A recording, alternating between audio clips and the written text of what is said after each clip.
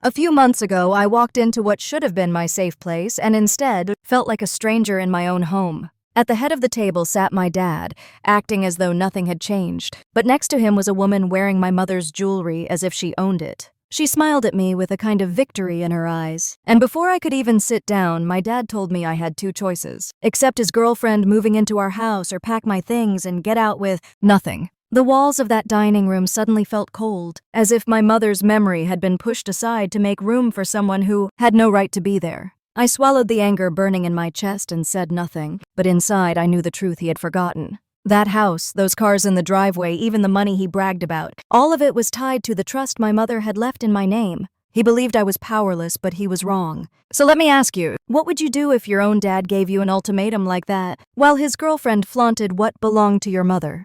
Would you stay quiet, or would you wait for the perfect moment to remind them whose name really held the power? That night is burned into my memory like a scar. I had just returned from a long day at the design studio, the kind that left my mind buzzing but my body drained. I pushed the front door open, expecting the familiar smell of lemon polish and the faint echo of my mother's presence that still lingered in every corner. Instead, I was met with laughter, sharp and careless, floating out from the dining room. I set my bag down slowly, my ears straining as the voices grew clearer. My dad's low chuckle, steady and certain, and the higher pitch of a woman who did not belong in that house. When I walked in, the sight hit me like a slap.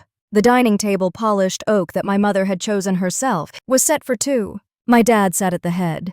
His shirt sleeves rolled up, his tie loosened, as if this were the most natural evening in the world. Beside him, Vanessa, the woman I had seen only twice before at community events, leaned back in my mother's chair. Around her neck glimmered the locket my mother had worn every Christmas, a locket I used to play with as a child while sitting on her lap. The air thickened in my lungs. Vanessa gave me that smile, the kind that hides poison behind a layer of sugar. She said she hoped I did not mind, that she had borrowed something special for the evening. My dad did not flinch, did not defend me, did not even look ashamed. Instead, he set his paper aside, leaned forward, and told me plainly that things were going to change. He said Vanessa would be living with us now, and if I could not accept that, I knew where the door was. He added that the prenup and the trust meant nothing if I refused to cooperate. I stood frozen, gripping the back of a chair so tightly my knuckles burned.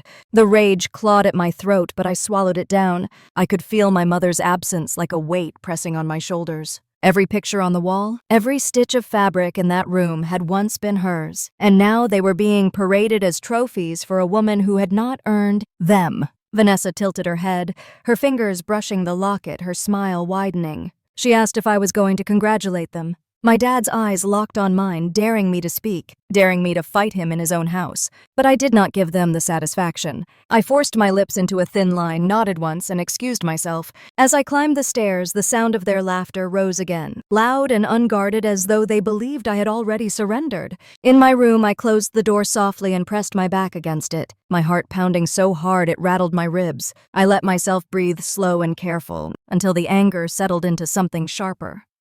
They thought I was cornered. They thought I had nowhere to go.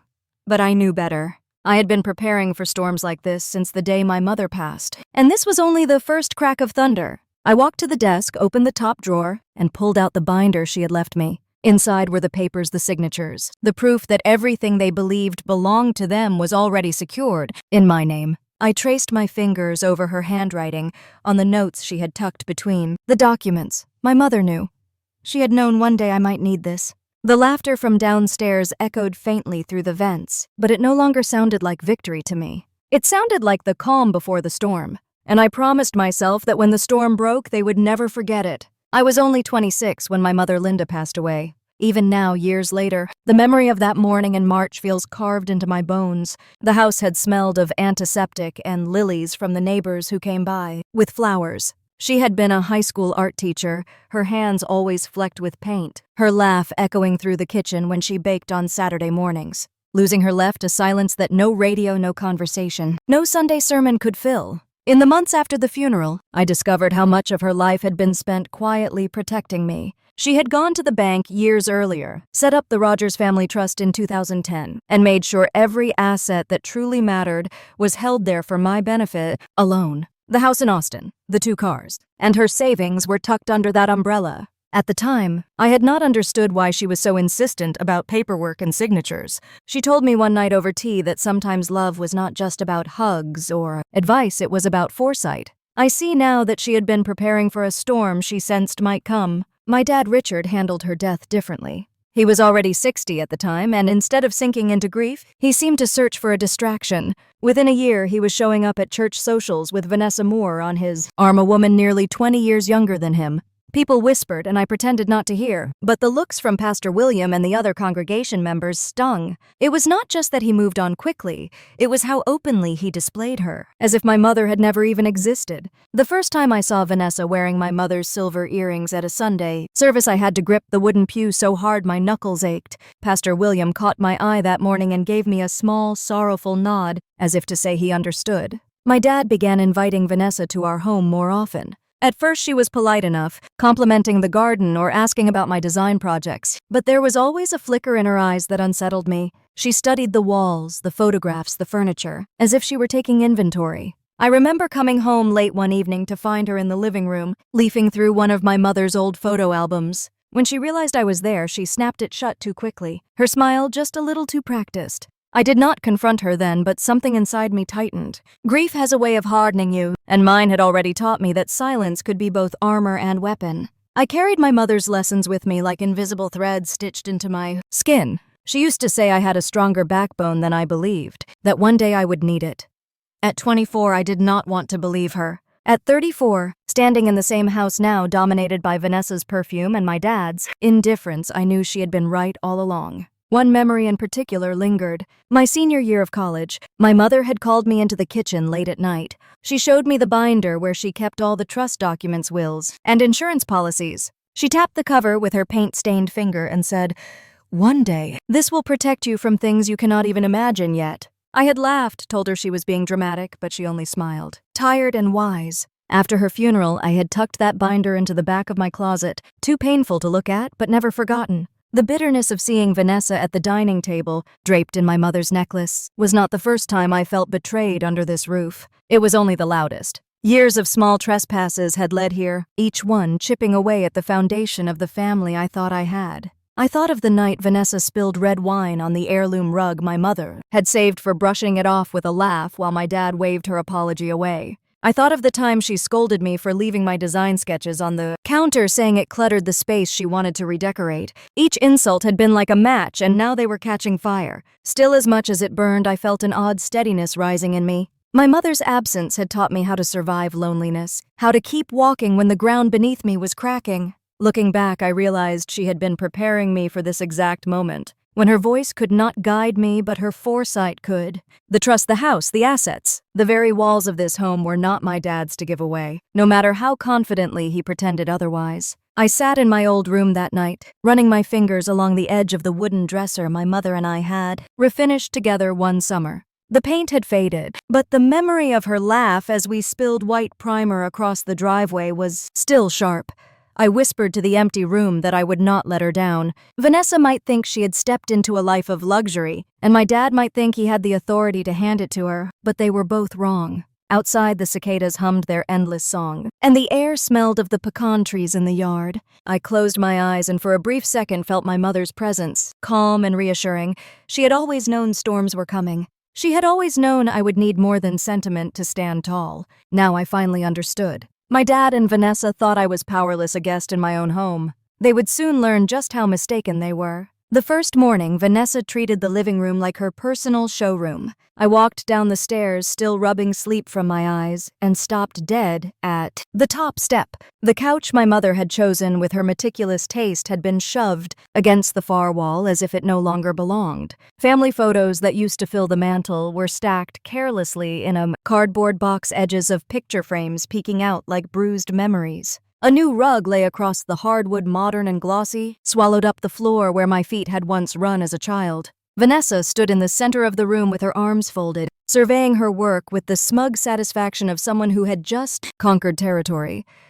She looked up at me as if she had expected applause. I asked her what she thought she was doing, my voice low and steady so it would not crack. She tilted her head and answered with that syrupy tone she used around other people, saying she only wanted the place to feel more welcoming. Her words tasted like vinegar.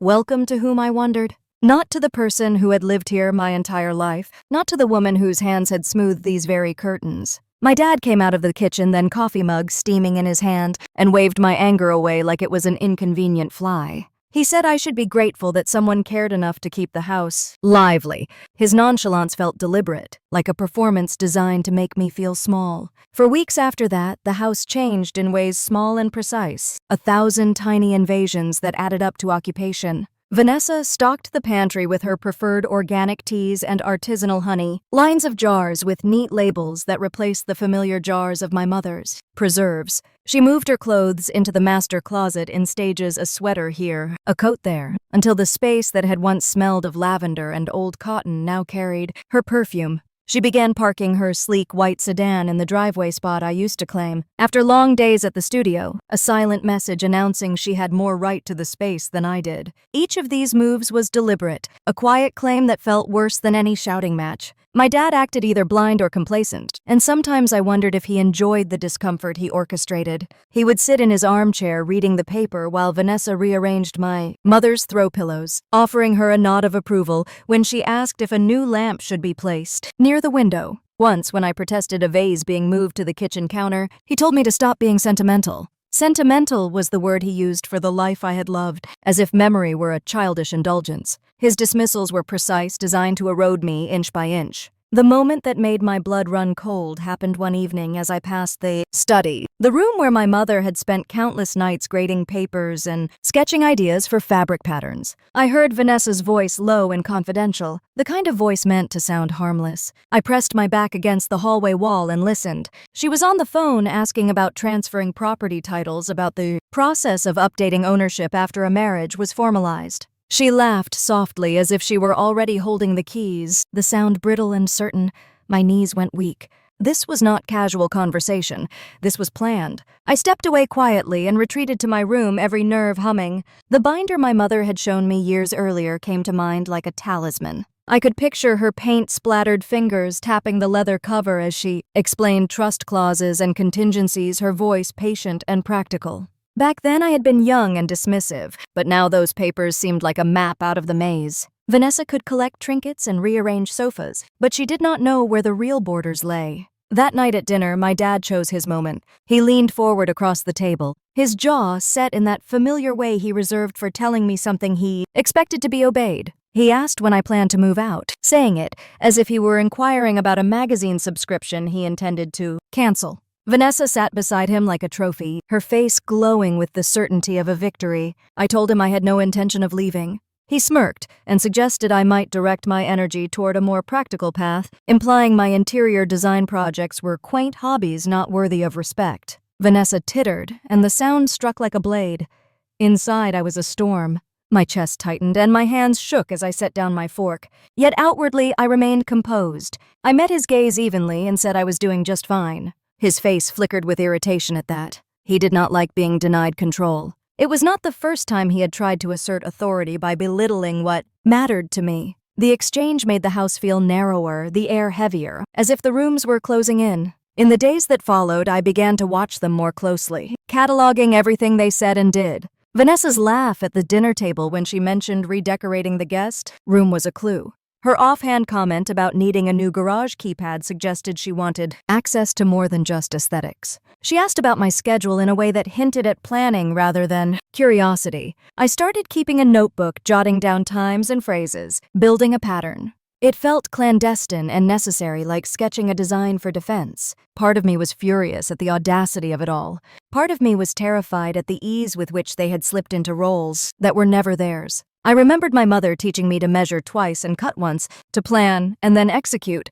That lesson was now practical rather than poetic. I opened the binder in the middle of the night and ran my fingers along the crisp pages. The legal language was dense but clear. The trust protected specific assets with dates and signatures, and it named me as the beneficiary. My mother had foreseen more than I had thought possible. There were nights when the house seemed to hold its breath, when the silence felt loaded like a held note right before the music swelled. The photographs shoved into that cardboard box stared up at me from my closet when I pulled them out to sort and reframe. Each image was a small rebellion, a reminder that memory could be curated and preserved. I found a photo of my mother at a holiday table smiling in a way that looked like resilience rather than vulnerability, and I taped that photo back on the mantel where it belonged. Yet I did not confront them. My silence did not surrender. It was a slow assembling of evidence and strategy. I was learning that in this house the battles were rarely won with noise. They won with patience and timing. I thought of all the little ways people erased another person without ever raising their voice, and I resolved that I would not allow the erasure to happen quietly under my roof. When Vanessa left for a Saturday brunch with friends and my dad toddled off to a meeting at his old office, I moved through the house like a careful thief reclaiming what I could. I rearranged the pictures with a gentle hand, slid my mother's favorite chair back into its place, and put a small embroidered pillow on the couch that had once been hers. It was a small act and possibly symbolic, but symbols matter. They anchor us to the truth when everything else seems to shift. At night, I lay awake listening to the cicadas and plotted in precise strokes, each plan a line in an architectural drawing. I would not let their casual tyranny go unchecked. They thought they were redefining the household, but they were merely rearranging the stage for a play whose script I had already written. The trust sat like a quiet engine beneath the house, unseen but powerful, and I was pouring fuel on it, readying it to start. Their castle of entitlement was built on sand. I had a foundation, and I would wait until the tide took it down. The night of the charity gala arrived with the kind of heavy humidity that made my hair cling to my neck. I stood in front of the mirror in a navy dress that once belonged to my mother, smoothing the fabric as if I could press confidence into myself. My dad was downstairs, already impatient as always, while Vanessa lingered in the doorway of my room, wearing a crimson gown that looked like it had been chosen specifically to outshine me. She smiled at my reflection, her eyes cold even as her lips curved. She told me I looked quaint, like something out of a photograph. I swallowed the bitterness rising in my throat and thanked her, my voice calm though my stomach churned. At the gala, held in a ballroom downtown, the chandeliers glowed warm over a sea of tuxedos and sequins. My dad moved easily among his colleagues, shaking hands, slapping backs, his booming laugh filling the air. Vanessa clung to his arm, laughing at every joke, her presence rehearsed and polished. I stayed on the edges, my glass of sparkling water in hand, watching them play their roles. For a moment I felt invisible, but then I realized invisibility had its advantages. I caught snatches of conversation, little fragments of their performance. My dad spoke about expanding investments, about partnerships that would shape the future. Vanessa whispered admiration at every word, her laugh like a ribbon tying him tighter into her web. At one point, she leaned in close to a group of his associates and bragged about how much easier things had become since she came into his life. She said the house was finally under control, the finances streamlined. I felt the sting in her words. She was rewriting history, erasing my mother's work and my presence. Later in the evening, while the string quartet played softly in the background, I found myself face to face with Vanessa by the buffet table. She was adjusting her necklace, a piece I recognized instantly. It was my mother's sapphire pendant. The one she wore on special occasions. The one she told me would be mine someday. My chest tightened, and before I could stop myself, I asked her where she found it. Her smile widened, cruel and triumphant, and she said it had been tucked away in a drawer gathering dust. She lifted her chin and added that jewelry should be worn, not forgotten. My fingers trembled around my glass, but I forced myself to stay composed. I told her softly that it was not hers. Her eyes narrowed for a fraction of a second before she leaned in, her perfume overwhelming, and whispered that soon enough everything would be. I walked away before the anger could spill out. My pulse pounded in my ears as I found the balcony for air. The city lights stretched out below, a reminder that the world was larger than this ballroom, larger than the game Vanessa was playing.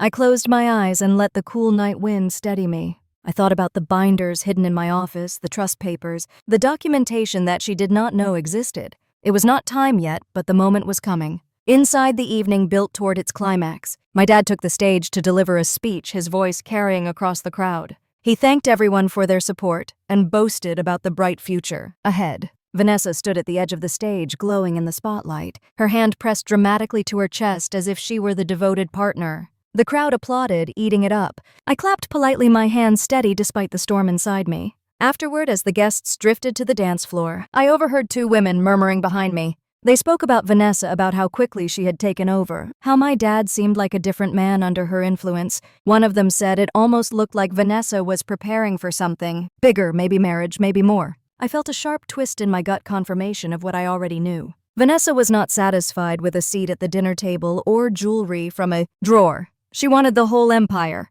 On the ride home, the silence in the car was thick. My dad hummed softly, content, while Vanessa scrolled through her phone, her face glowing with the light of the screen. I stared out the window at the passing streetlights, my mind replaying her words, her smirk, the necklace. My hands clenched in my lap until my nails dug into my palms. I knew then that waiting quietly would no longer be enough. The time for observation was ending. The next move would be mine. When we pulled into the driveway, Vanessa was the first to step out, her heels clicking against the pavement, her laughter floating back toward us. My dad followed, humming still, as if the evening had been nothing but a victory lap. I lingered for a moment in the car, watching the house loom against the night sky. The walls held the memories of my mother, the promises of the trust, the foundation they thought was theirs to take. I stepped out, closing the door softly behind me, and whispered to myself a vow I would not break. They believed they had won tonight. They believed I was defeated, silent, powerless. But they had no idea what was waiting for them. The truth was coming, and when it arrived, it would not whisper. It would roar. A week after the gala, I sat at the kitchen table with my laptop open, pretending to work while Vanessa and my dad whispered in the den. Their voices carried just enough for me to catch fragments. She spoke about lawyers, about prenups, about how quickly paperwork could be drawn up. My dad chuckled and said something about moving things along before the holidays. I froze my fingers, hovering above the keys. Marriage.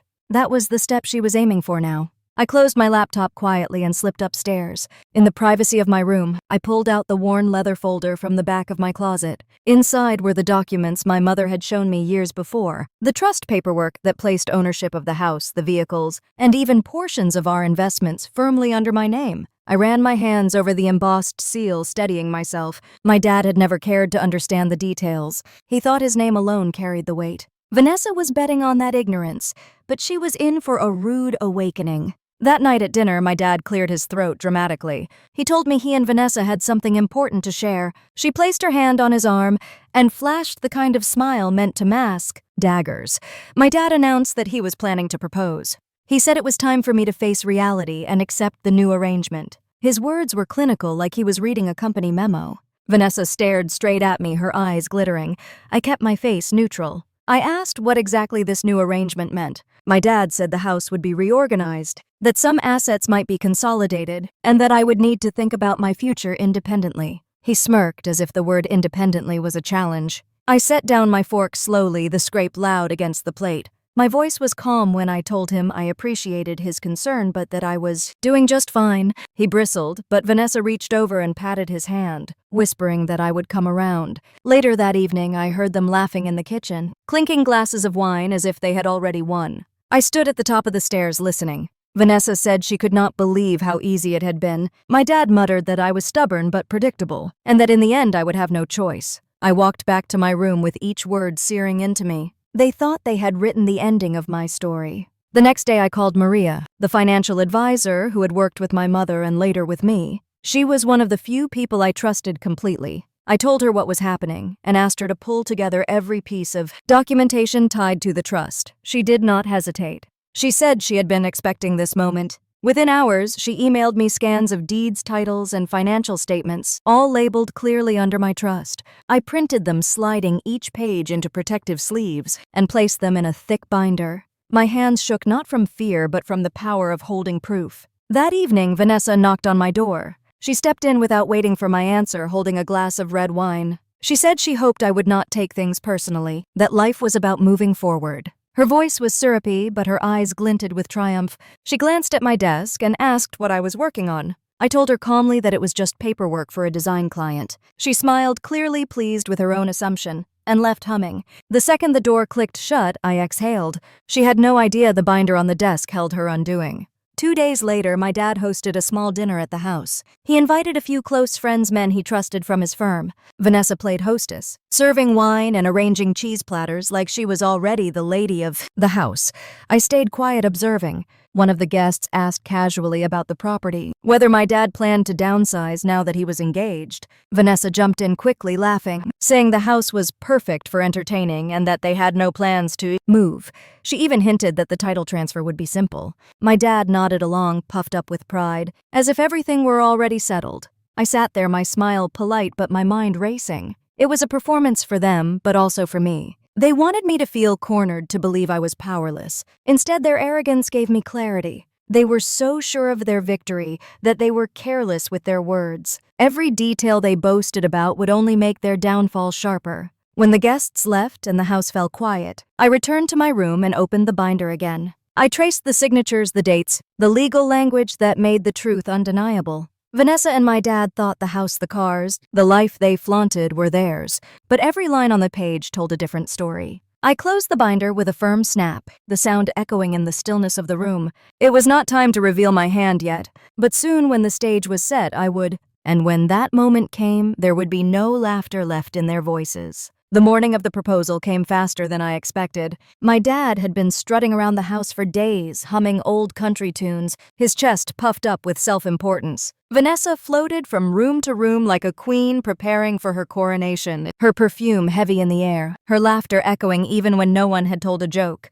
I knew what was coming. I had overheard enough whispers and phone calls to piece together the plan. Tonight at dinner, he was going to make it official. I kept my face carefully neutral as the hours ticked by. I went through the motions, cooking breakfast for myself, tidying my room, pretending to flip through design magazines. Beneath it all, my nerves were taut, my heart a steady drumbeat against my ribs. On my desk, tucked neatly under a pile of sketches, sat the binder. Every deed, every title, every proof of ownership that Vanessa thought she had within her grasp was collected there. I ran my fingers across the cover before leaving my room, letting the smooth leather remind me of the power I held. That evening, the dining room looked staged for a magazine spread. The table glowed under the chandelier, candles flickering, wine glasses polished until they sparkled. Vanessa wore a pale blue dress that clung to her figure, her mother's diamond earrings catching the light. My dad had put on his best gray suit, the one he reserved for court appearances and funerals. I wore a simple black dress, understated but sharp, my mother's silver bracelet around my wrist. The meal started quietly. Conversation kept to small talk about weather and local events. Vanessa beamed at my dad, her hand brushing his arm at every opportunity. He cleared his throat once, then again, waiting for the perfect silence to fall. When it did, he pushed back his chair slightly, his face composed with a mixture of smugness and pride. He began with a speech about second chances and new beginnings. His voice carried the cadence of a man used to being listened to, every sentence deliberate, every pause calculated. He spoke about how life had not been easy after my mother passed, about how loneliness had weighed on him, and how Vanessa had brought light back into his world. My stomach turned, but I kept my expression still. Then he reached into his pocket and pulled out a small velvet box. Vanessa's hand flew to her chest as if on cue, her eyes glistening with practiced tears. He opened the box, revealing a diamond ring that glittered like a weapon under the chandelier. He told her he wanted her by his side for the rest of his life. Gasps filled the room from the couple of friends he had invited as witnesses. Vanessa let out a soft cry, nodding eagerly before he even finished the question. She leaned over and kissed him, her fingers brushing the ring as if it were already hers. He slipped it onto her hand with a flourish, and the room erupted in applause. My dad beamed, soaking in the admiration, while Vanessa displayed the ring proudly, turning her hand so everyone could see it sparkle. She glanced at me, then her smile sharp, her victory complete in her mind. I lifted my glass of water, forcing my lips into a polite smile. "Congratulations," I said evenly. My dad nodded, satisfied, while Vanessa tilted her head, her eyes daring me to challenge her. Inside, I was on fire, but on the surface I was calm, unshaken. As the dinner carried on, the conversation shifted to plans for the future. Vanessa spoke boldly about renovations, about travel, about entertaining at the house as if it were already hers. My dad chimed in with laughter, joking about passing responsibilities to her. Their friends praised them, clinking glasses, while I sat quietly, letting their arrogance build. The higher they climbed, the harder their fall would be. At one point, Vanessa leaned close across the table and told me sweetly that she hoped I would be able to adjust. She said it was not easy letting go of the past, but sometimes we had to accept change for the good of the family. My hand tightened around my glass, but I only nodded, my voice steady as I said she was right, change was inevitable.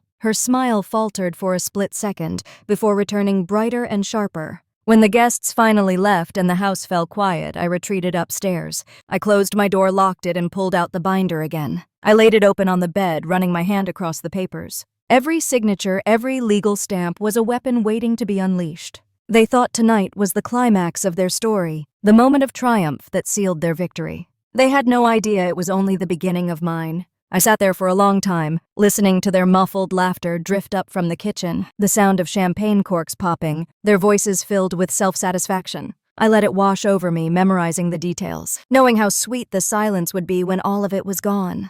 When the house finally grew still, I closed the binder and tucked it safely back under the pile of sketches. I turned off the light, lay back on the bed, and stared into the darkness. My mother's silver bracelet pressed cool against my wrist, a reminder of her strength, of the promises she had made me keep. I whispered into the quiet that the countdown had started. They had 72 hours left to celebrate. After that, the house, the cars, and everything they thought was theirs would slip through their fingers. The next morning, the kitchen smelled like fresh coffee and bacon, ordinary domestic smells that should have been comforting but felt like stage props in a play I was no longer part of. I padded downstairs in my slippers and paused at the threshold when I saw Vanessa already seated at the table, a glossy travel brochure fanned open before her like a prize. The sunlight hit the diamond ring on her left hand and threw slivers of light across the place where my mother used to set her teacup. My dad sat with his paper spread wide, humming under his breath, the picture of complacency.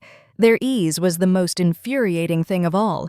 Vanessa pushed a glossy page toward me, with that practiced smile you give when you want to make someone feel included while you are actually excluding them. The photograph showed an infinity pool with a skyline in the distance and a caption about private villas. And she said in that trilling voice that they were planning a trip, a kind of engagement celebration. And perhaps I could house sit while they were away. My dad did not look up from his paper. He only muttered something about the clock ticking, a reminder that I had 72 hours to decide whether I would accept their new arrangement or pack up and leave. He said it with the flat certainty of a man who assumes he holds all the rules. I poured my coffee with deliberate slowness, letting the sound of liquid in the mug hang between us. I sat down across from them, hands folded around the warm ceramic, my face composed. I told my dad I appreciated the clarity and that he would have his answer soon. Vanessa stared at me, her smile sharpening like a blade, and then returned to the brochure as if I had nothing to say. My dad rustled his paper, the sound like a curtain falling on the conversation.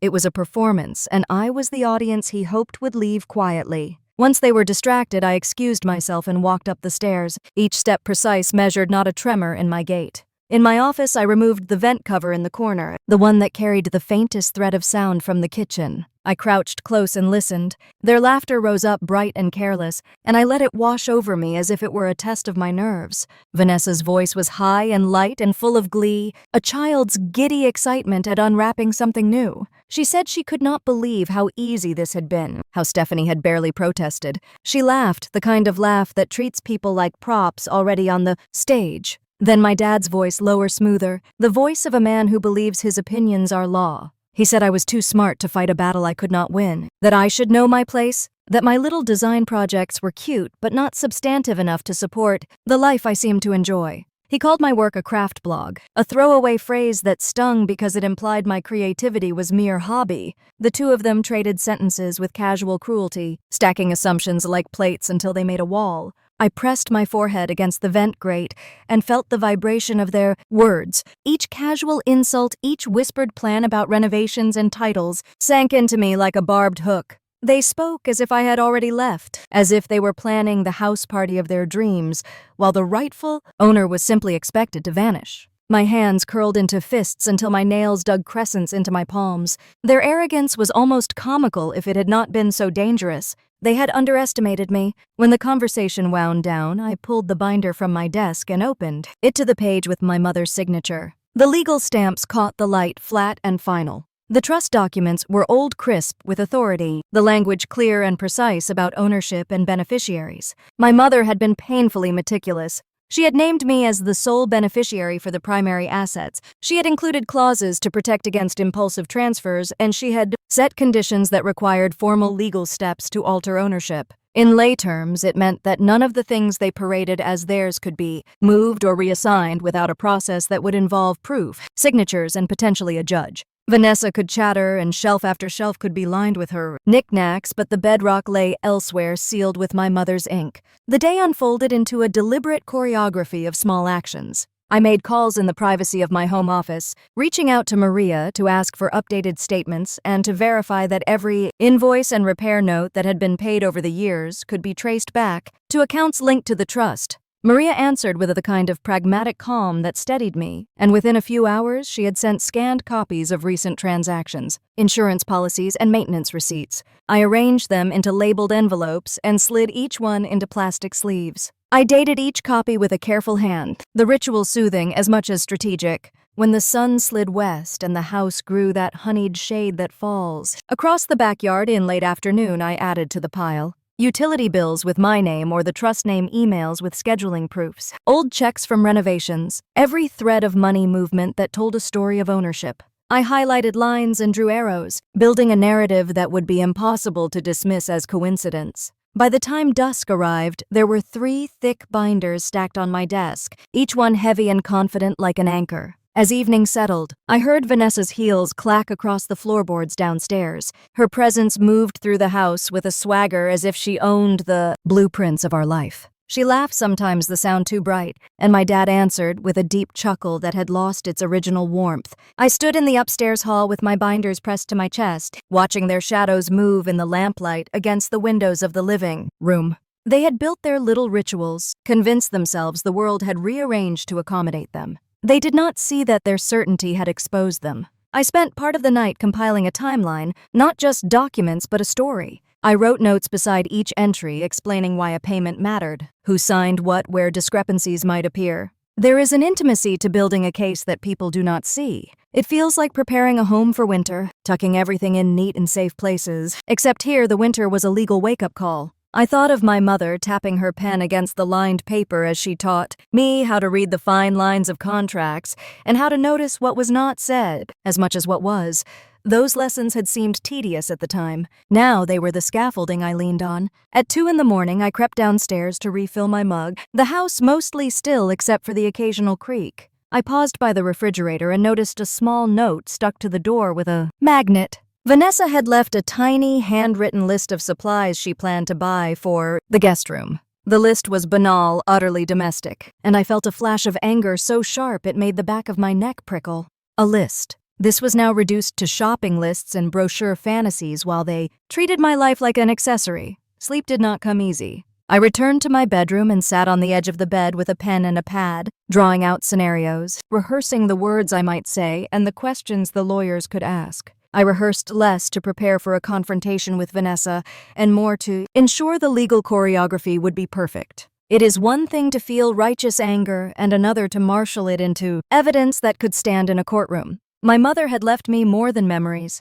She had left me a method. In the dark, I imagined their faces when the knock would come at the door, when papers would be laid on the kitchen table, and the room filled not with celebration but with the harsh, formal language of law. I pictured Vanessa's smile slowly flattening into something like horror, and my dad's eyes widening as the foundations of his assumptions cracked. The images were vivid enough to steady me. They believed they had caged me, that my silence equaled surrender. But silence had been my strategy. I had used their certainty as cover to build something solid. They had 72 hours, but only I knew what waited at the end of it. The next morning began with the sound of a moving truck pulling into the driveway. I had arranged everything quietly, every call made with precision, every signature prepared in advance. The crew stepped out professional and efficient, carrying dolls and boxes toward the front door. My dad appeared in this hallway, his arms crossed, a smirk playing at the corner of his mouth. He asked what this circus was supposed to be. I told him calmly that it was only the office materials being relocated, nothing else. The movers filed in and out carrying binders files and equipment from the study that had long been mine.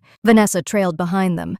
At first, her eyes darting between the men and me, suspicion flickering but not yet settling. My dad leaned against the doorway, watching with mock amusement, muttering that at least I had finally decided to move on. His tone was heavy with condescension, as if he believed I was staging a dramatic exit to save face. I did not answer him. I simply directed the movers with a steady voice, each box labeled neatly, each item accounted for. Inside, I could feel the adrenaline coursing, but on the surface, I remained calm, detached. Every item that left the house was another piece of proof secured, another safeguard placed firmly out of their reach. When the last box was loaded onto the truck, the foreman handed me the paperwork. I signed with a firm stroke of the pen, thanked them, and watched as the truck rolled down the street. My dad clapped his hands together lightly, satisfied, as if he had won. He said he was glad we could settle things so amicably. Vanessa slipped her arm through his, her smile wide, her relief palpable. They thought the matter was closed. I excused myself and went upstairs, closing my bedroom door softly behind me. The room was bare now, the desk empty, the shelves cleared, but that emptiness was power.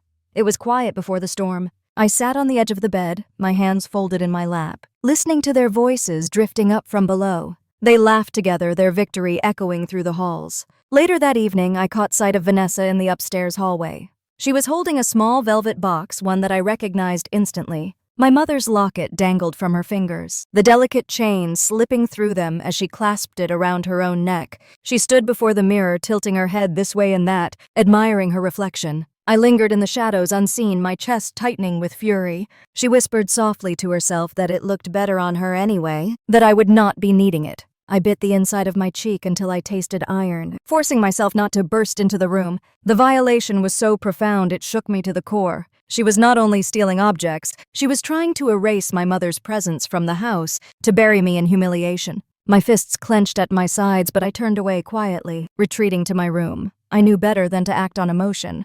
Timing was everything, and mine was nearly perfect. The next morning at precisely 8:30, I walked into the kitchen with my coffee mug in hand. My dad sat at the table in his suit, flipping through the paper. Vanessa wore one of my old workout tops, blending into the scene like a counterfeit copy. Brochures for Bali lay spread across the counter. My dad glanced up only long enough to remind me that my time was up at noon. He said it with the certainty of a man who believed his word was law. I smiled politely, took a sip of coffee, and told him he was right. I would be gone by noon. Vanessa's smile bloomed at that, smug and victorious, as if the battle was already won. My dad nodded pleased and went back to his paper. I carried my mug upstairs, my steps light, my pulse steady. Behind me, their laughter floated up again, careless and bright.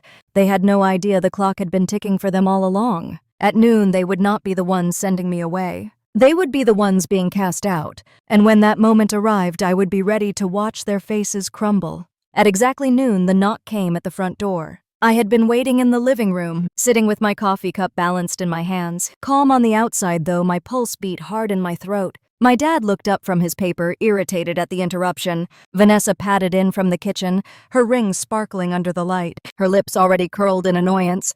I stood and opened the door. A man in a pressed suit and polished shoes held a thick envelope. He asked for Preston Hayes.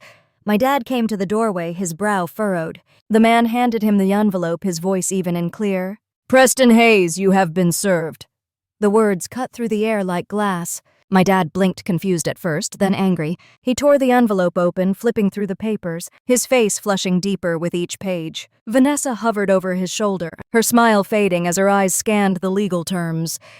Cease and desist, property ownership, formal notice to vacate. He spun on me, waving the papers like a weapon. He demanded to know what this nonsense was. I sipped my coffee slowly, letting the silence settle before I answered. I told him it was a legal order informing him that he was occupying property owned by the Rogers Family Trust. As the sole trustee, I was instructing him and his fiancée to vacate. His mouth opened and closed, no words forming at first, only shock. Vanessa stepped in, her voice high and sharp, accusing me of bluffing. She said the house was his, the cars were his, everything belonged to him. I reached for the second envelope sitting neatly on the table and handed it to her.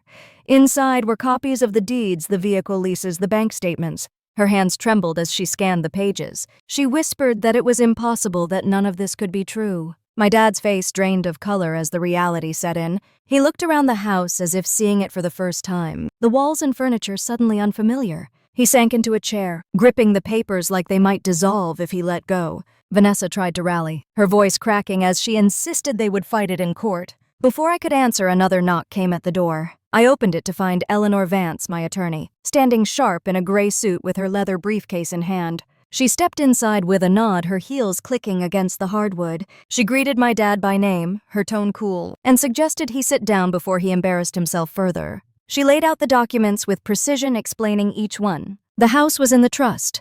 The cars were leased under the trust. Every policy, every account, every asset they flaunted was tied directly to my name. Vanessa's face paled with every detail, her ring catching the light as her hands fidgeted. My dad sat rigid, silent, his eyes hollow as the truth crushed him. Eleanor closed her briefcase with a snap, her voice final. She said they had 72 hours to remove their belongings and vacate, after which legal enforcement would begin. The room was silent except for the ticking of the clock on the wall. I leaned back in my chair, calm, watching the weight of it all settle on them. My dad finally looked at me, his eyes filled with something I had never seen before. Not anger, not pride, but fear. Vanessa stood beside him, her triumph gone, her mouth a tight line of panic. I finished my coffee, set the mug gently on the table, and stood. Without another word, I walked upstairs, leaving them in the silence of their unraveling. I closed my bedroom door behind me and leaned against it, the quiet of the upstairs hallway wrapping around me like a shield. Downstairs, I could still hear the faint rise and fall of their voices, anger mixing with panic. Vanessa's tone sharp and frantic, while my dad's voice sounded hollow, stripped of the authority he had always carried like a badge.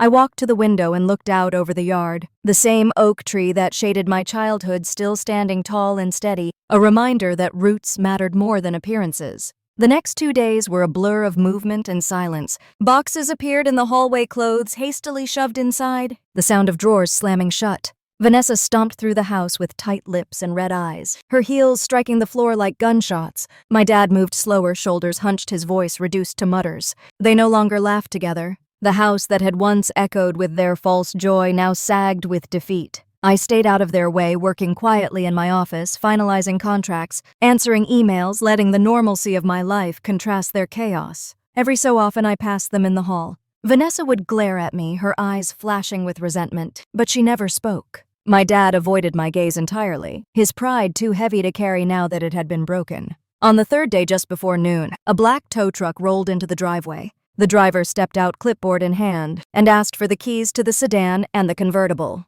Vanessa burst into tears, pleading that there had to be some mistake. The driver stayed calm, explaining that the leases had been revoked by the trust holder. I stood at the doorway, silent, watching as the cars were loaded onto the truck. My dad tossed the keys down without a word. Vanessa shouted at him, her voice shrill, accusing him of lying to her, of promising her a life he never owned. By evening, the house was stripped of their belongings. Suitcases and battered boxes filled the porch, piled beside a dented Honda that a friend of Vanessa's had driven over to help them leave.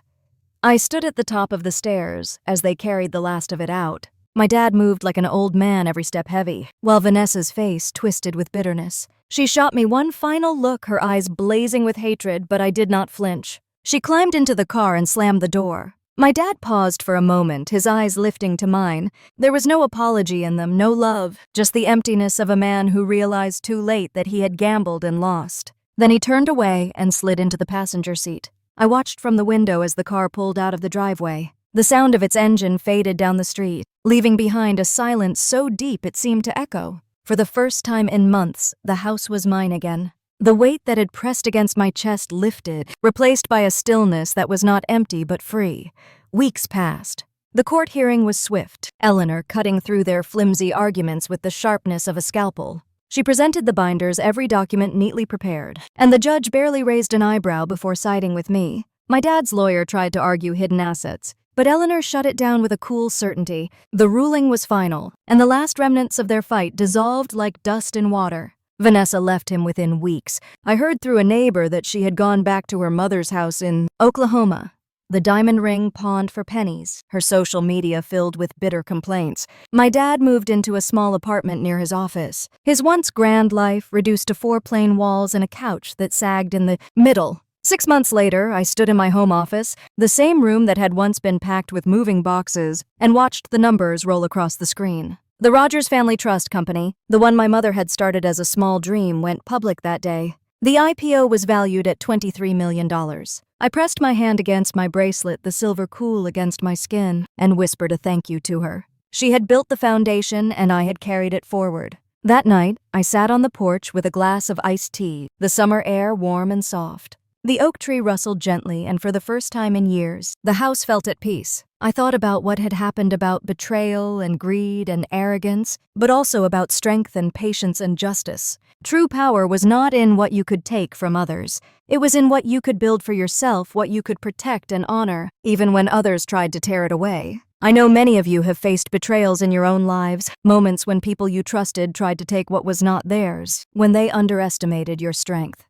I would love to hear your thoughts. Have you ever been in a situation where you had to fight quietly for what was rightfully yours, where patience and truth became your greatest weapons? Share your stories in the comments and let me know what you think about mine. If you found strength in it, do not forget to like and subscribe so we can continue sharing these stories together.